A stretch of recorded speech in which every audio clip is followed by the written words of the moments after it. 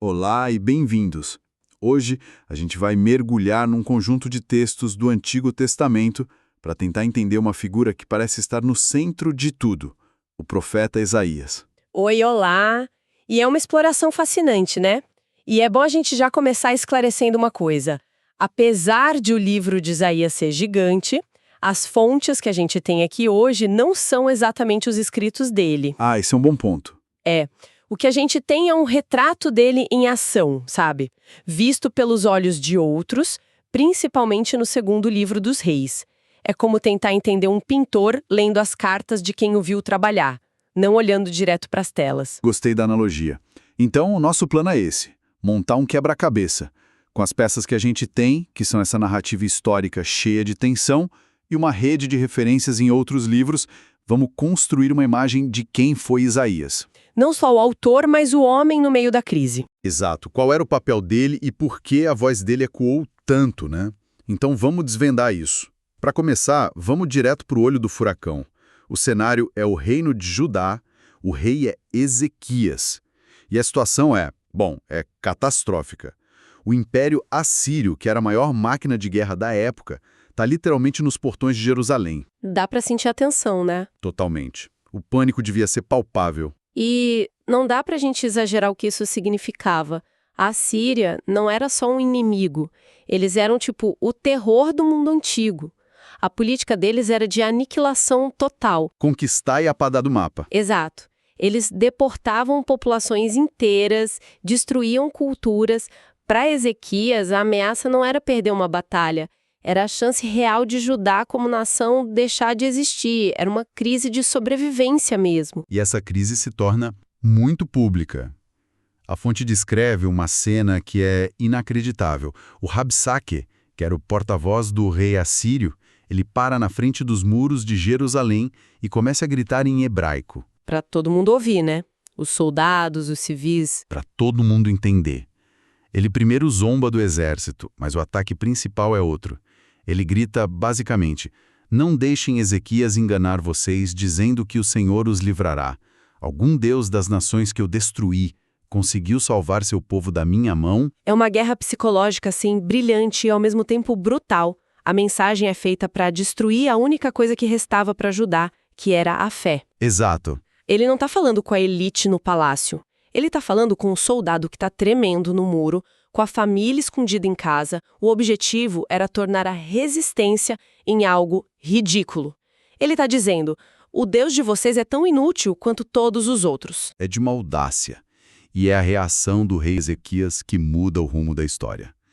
Ele não chama o general dele, o conselho de guerra. A fonte diz que ele rasga as roupas, se veste com pano de saco, que era um sinal de luto profundo, e vai para o templo. E de lá ele envia seus oficiais para encontrar um homem, Isaías. Pensa só o que isso significa.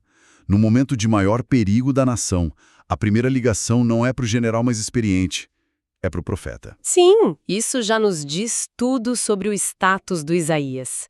Ele não era um eremita qualquer. Ele era um conselheiro estratégico, uma voz central no governo. Mas a resposta que ele dá não é uma estratégia de guerra. Não mesmo. É uma mensagem direta de Deus. Ele diz para os mensageiros, digam a Ezequias, não tenha medo do que você ouviu. Vou pôr um espírito nele, ele vai ouvir um boato e vai voltar para a terra dele. E lá eu farei com que ele seja morto à espada. É uma promessa incrivelmente ousada, né? Ele não diz vamos lutar, ele diz Deus vai resolver isso. Com um boato. Parece quase anticlimático. Mas aí a história dá uma virada ainda mais pessoal e dramática. Ah, sim. No meio dessa crise toda, o rei Ezequias fica doente. E não é um resfriado qualquer, é uma doença terminal. E quem Deus envia para dar a notícia? O mesmo Isaías. O mesmo Isaías. Ele entra no quarto do rei e entrega a mensagem mais dura possível. Assim diz o Senhor, arrume a sua casa, porque você vai morrer. Você não vai se recuperar. A vertigem desse momento é difícil de imaginar. O mesmo homem que acabou de prometer a salvação da nação inteira, agora entrega uma sentença de morte pessoal para o rei. É um choque. Imagina ser o Ezequias. Num dia, Isaías é a voz da esperança divina, No dia seguinte, ele é o mensageiro do seu fim. Isso mostra uma integridade, assim, aterrorizante do profeta, né? Ele não adapta a mensagem para agradar, ele entrega o que recebe. E Ezequias desmorona. Ele vira o rosto para a parede e, a fonte diz, chora amargamente. Ele ora, lembrando a Deus da sua fidelidade, e o que acontece em seguida é cena de filme. O texto diz que Isaías ainda nem tinha chegado no pátio central do palácio. Ele nem tinha saído direito. Nem tinha saído quando a palavra do Senhor vem a ele de novo. Volta e diz a Ezequias: ouvi a sua oração e vi as suas lágrimas. Vou te curar, e vou acrescentar 15 anos à sua vida, e vou livrar você e esta cidade das mãos do rei da Síria. O que me impressiona aqui é essa dinâmica.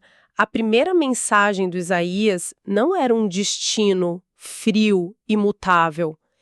Era tipo a realidade daquele momento, mas a reação humana, a oração desesperada do rei, abre um novo diálogo com Deus. Sim, um diálogo. A profecia não é um roteiro fechado, sabe?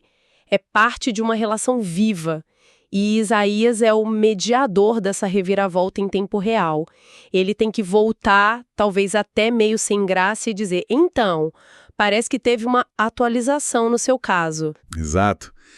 E para selar essa promessa que era quase inacreditável, Isaías oferece um sinal.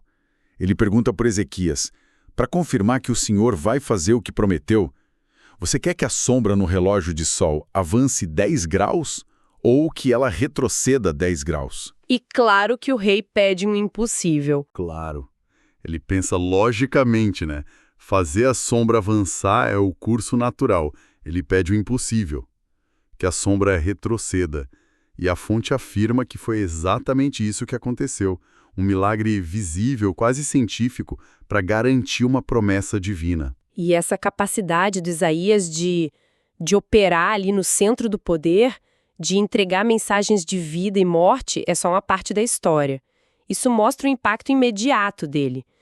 Mas o que talvez seja ainda mais incrível é como as palavras e as ideias dele se tornaram a base para outros escritores bíblicos séculos depois. É como se ele estivesse falando para o futuro também. Exato. É como se ele não só falasse para o tempo dele, mas também desse as ferramentas para o futuro se entender. É uma transição perfeita, porque quando a gente olha as referências cruzadas nas fontes, é exatamente isso que a gente vê. E o primeiro grande tema que surge é, sem dúvida, a figura do Messias, do Redentor. Por exemplo, a gente volta lá para o começo de tudo, Gênesis 3.15, a famosa promessa da semente da mulher que esmagaria a serpente. É uma ideia bem antiga, um pouco vaga, né? Mas para onde a nota de referência nos aponta para a gente entender melhor? Para Isaías. Para Isaías 53. De repente, a descrição que Isaías faz do servo sofredor se torna a chave para decifrar a promessa mais antiga de todas. Exatamente. E não é só uma conexão casual, sabe?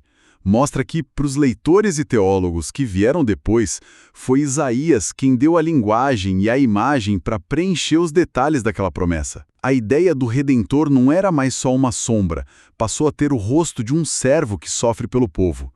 Isaías deu tipo carne e osso à esperança messiânica. E esse padrão se repete.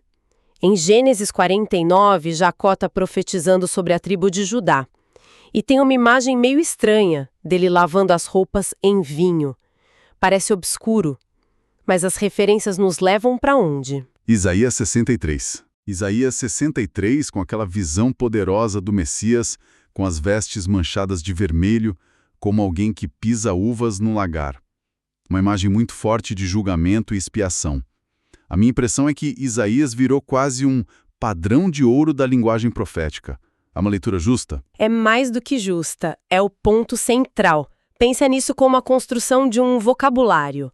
Antes de Isaías, as esperanças existiam, mas as palavras para descrevê-las eram talvez mais limitadas.